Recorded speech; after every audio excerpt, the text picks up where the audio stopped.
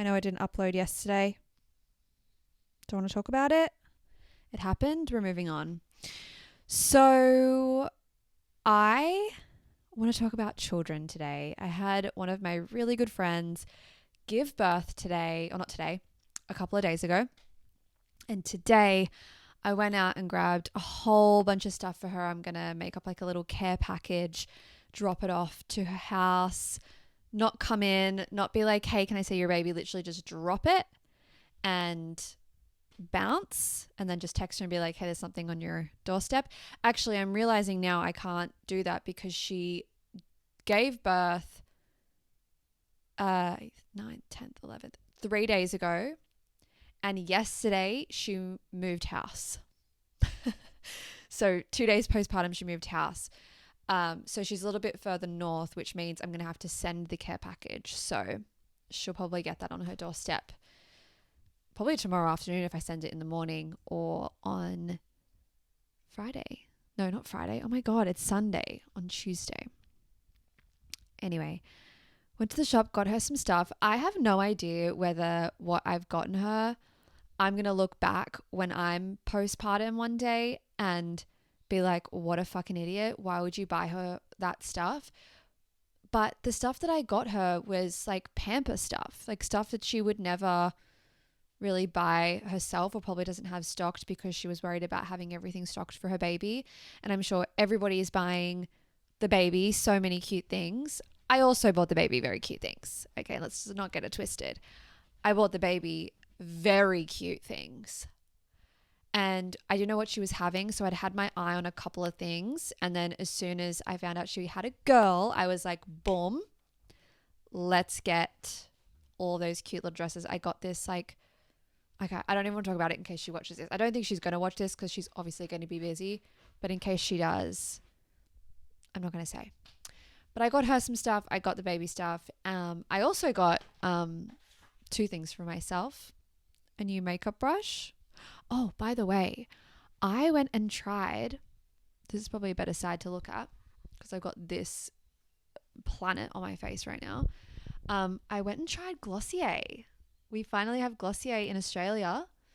And I know that their skincare is, oh, not their skincare, sorry, their makeup is very much like skin but better, which is what I like in a foundation. I don't really like to wear makeup that much, but it's such a vicious cycle, isn't it?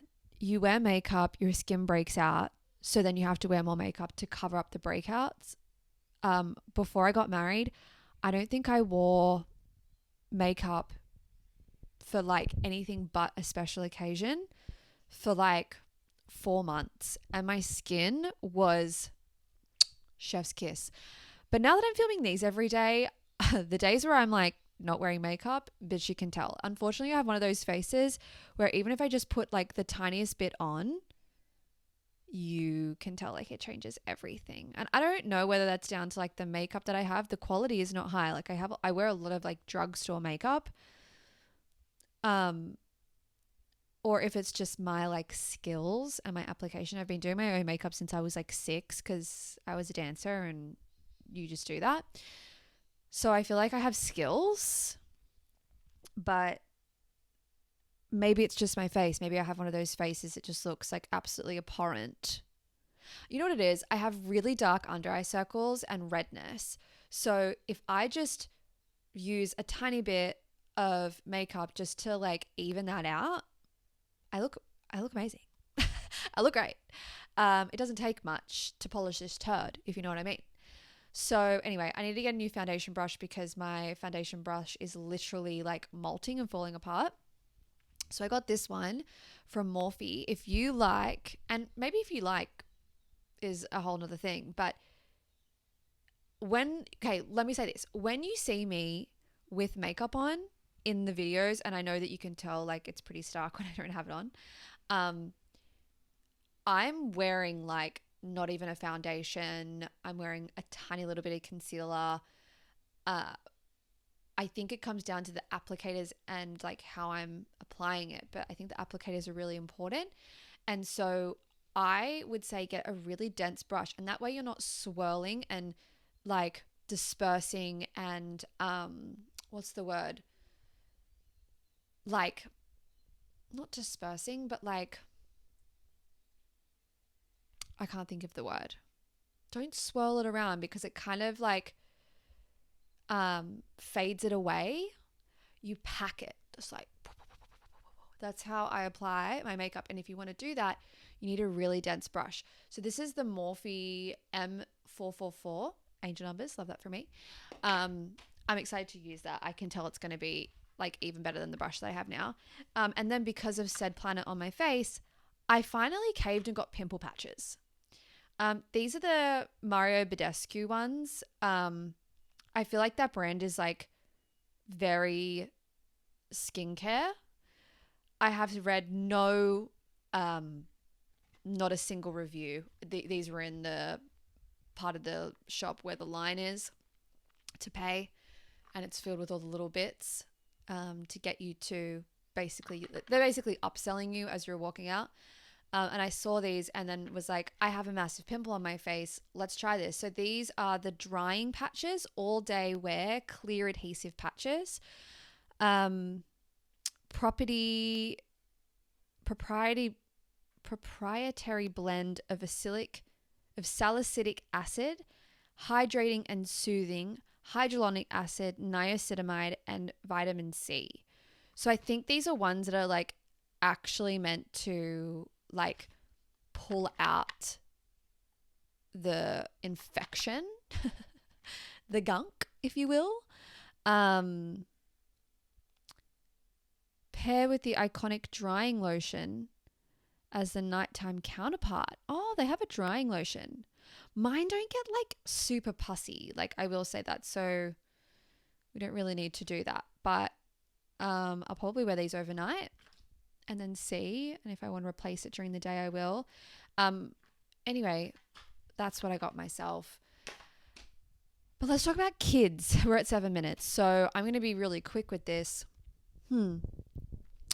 So my friend had a baby, and another one of my friends had a baby the other week, and then another one is having a baby any day now. She's like 3 weeks till her due date, so it really could be any day. And I'm trying to conceive. I've been pretty open about that. But I have these waves of like, wait, do I want to have a baby or am I just getting FOMO? I don't think it's FOMO because I cry at other people's babies. And like I was showing Dan what I bought today for the baby, and I was crying whilst I was showing him what I bought the baby. And the reason I'm crying is like it's so cute to me. It's so beautiful to me. And like, I want my own baby. Like, I want a baby to dress in those clothes. But then I'm like, is it giving like Peter Pan syndrome sort of energy of like, I just want to be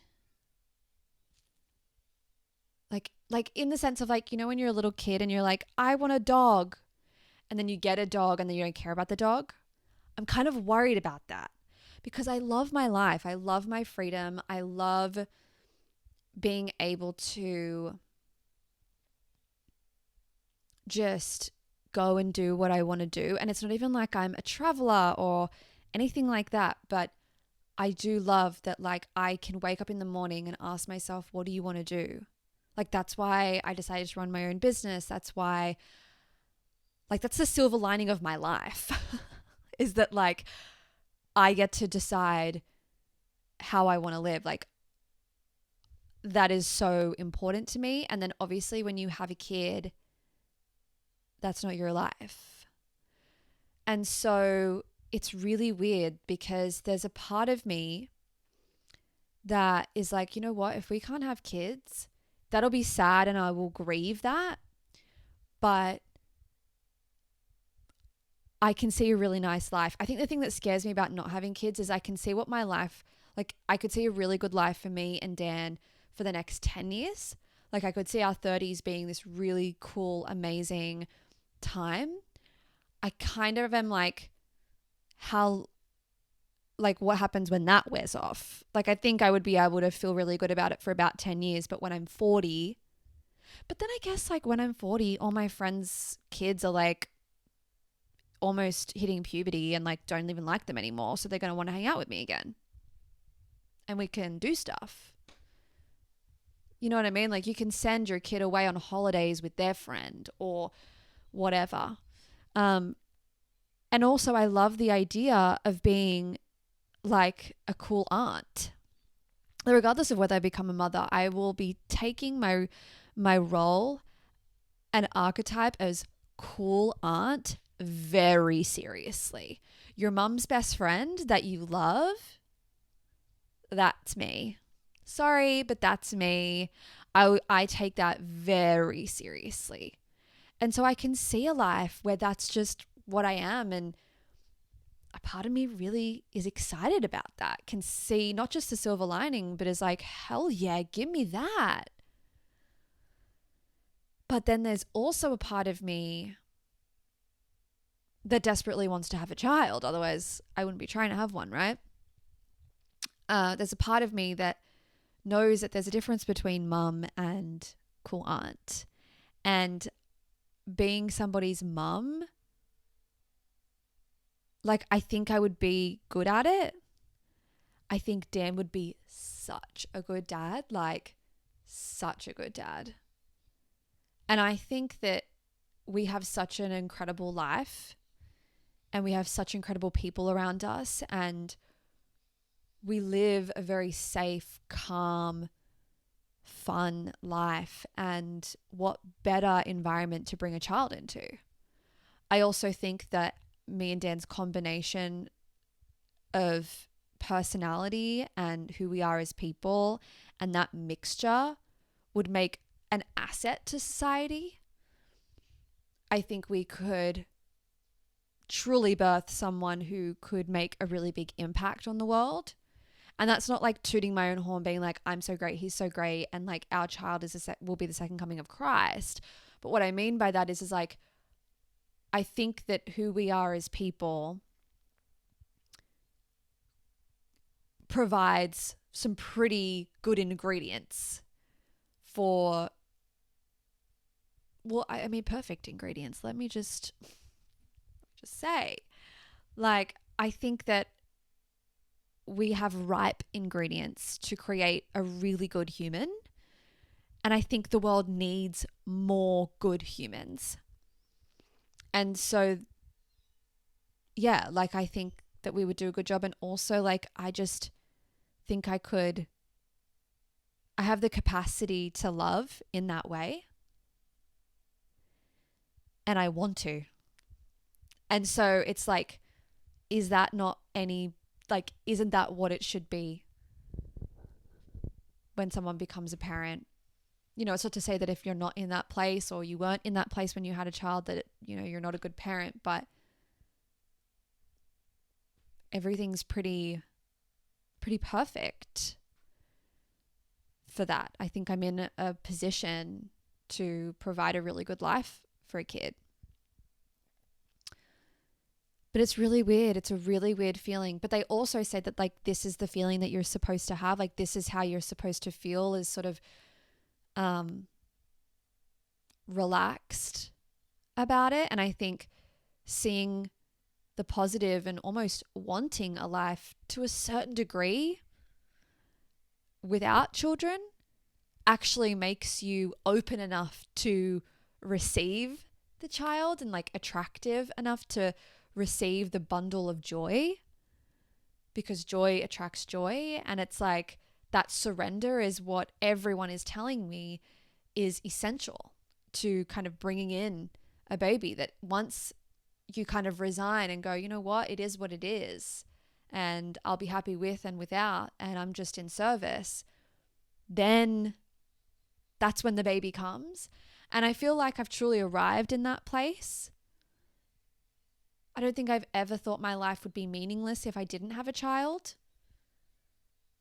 I don't believe that for anybody else, and so I certainly don't believe that for myself. But I have been very emotional and needy for having a child, and now I'm kind of not. I'm just excited for when it happens and if it happens. So yeah, we'll see, but there's lots of babies around, and I think that no matter whether you want to have children or you don't, as a woman in your mid to late 20s or early 30s, even your 40s, it's something we can't really want to run away from. It's a thought that we all sort of think and grapple with and ponder. Whether we do that deeply or on a surface level, I don't think it really matters. I think we all do it. And it's really interesting to be well and truly into the trying to conceive journey and be at this place now and be so happy and so excited for your friends. I've wanted to be at this place for a long time, and I was worried that when they would all start having their babies, and if I wasn't pregnant, that I would feel like I'm being left behind. And I think I did for a bit, but I kind of don't now, and I'm just like want to shower all of them with so much love and gifts, because that's my love language, and do things for them. I mean, I'm dying for one of my friends or my family members to call me up and say, hey, can you come look after the kids? Like, I am hanging for it. But yeah, it's just interesting. I'm so excited for her to receive her little package. I probably spent way too much money, but also I'm like, one of my closest friends had a baby. Like, what? Who the fuck else am I going to spend this money on? If I can't buy them for my own baby, like, let me buy it for your baby. You know what I mean? Okay, well, I don't know if this was helpful. I think it might be helpful to share this perspective for some people. So I'm glad we talked about it. Okay, rock on.